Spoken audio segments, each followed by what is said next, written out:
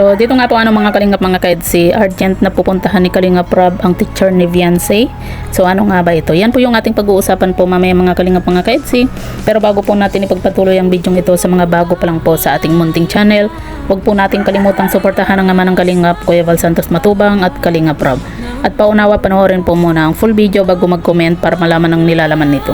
So dito nga po mga kalingap mga kaedsi, sa naging live nga po ni Kalingap Rob, nabanggit nga po nito ng kung hindi nga daw po pupunta itong si Viancy sa Hong Kong ay hindi na rin po siya tutuloy.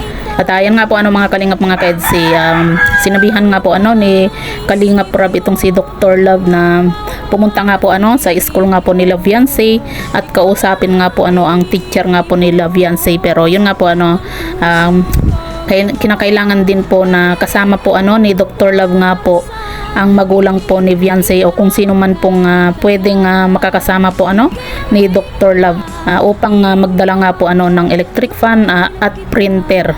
Kumbaga mag-donate po sa school po ni Viancy ng electric fan at printer nga po, maging sa kanyang advisor nga po.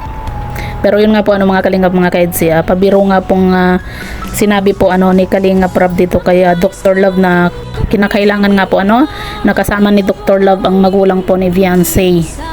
Dahil nga po sa umanong ni pabirong sinabi nga po ni Kalingap Rob na mukha nga daw pong kidnapper nga daw po itong si Dr. Love. Sabay tawa nga po itong si Kalingap Rob nga po sa kanyang pabirong sa kanyang biro nga po. Kasi nga naman po mga kalingap mga kaedsi, napakalaki din po kasi ng boses po ni Dr. Love. Baka isipin po nila na kidnapper po itong si Dr. Love nga po. Pero syempre pabiro lang naman po yun ni Kalingap Rob dito kay Dr. Love At ayan nga po mga kalingap mga kaedsi, sana nga po mapakiusapan po yung teacher po ni Viancy. At kung pwede nga daw pong mauna itong si Viancy sa kanyang OJT nga po para makasama po itong si Viancy. Kasi sabi nga po ni Kalingap Rob, parang masasakop po yung araw na nandun po sila sa Hong Kong, yung magiging OJT nga po ni Viancy. Kaya sana nga po mga kalingap mga kaedsi, pumayag po yung teacher po ni Viancy na mauna na po itong si Viancy sa kanyang OJT. Kasi nga po mga kalingap mga kaedsi, syempre hindi rin po masaya kapag hindi po kasama itong si Viancy, di ba? Kasi matagal na po nilang plano po ito yung pagpunta nga po ng Hong Kong. Kasi ilang beses na rin pong naudlot po yung travel po ng EDSI, di ba? Ilang beses na pong naudlot. Kaya sana matuloy na po itong pagpunta po nila ng Hong Kong. Kaya nga po nabanggit po ni Kalingap Rob na kung po pwedeng kung kinakailangan na siya po yung pupunta at magbibigay po ng letter, gagawin po ni Kalingap Rob.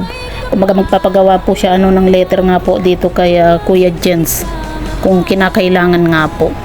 Kaya yan po yung ating aabangan nga po mga kalingap mga kaedsi, yung pagpunta po nila ng Hong Kong. Sana matuloy po at pumayag po yung teacher po ni Viancy nga po na kung po pwede mauna na po siyang mag-OJT nga po kasi kung hindi po matutuloy po itong si Viancy, hindi na rin po tutuloy itong si Kalingap Rob. At syempre sayang din po yung mga nagastos po ni Kalingap Rob, di ba, sa pagpunta po nila ng Hong Kong. Malaking halaga din po yun mga kalingap mga kaedsi, dahil nasa 300k din po yung nagastos po ni Kalingap Rob. Kumbaga ticket, tapos yung pag-stay po nila sa Hong Kong. So yan po mga kalingap mga kaedsi, po yung masasabi nga po ninyo patungkol po dito, i-comment nyo lang po sa ibaba at babasahin po natin isa-isa.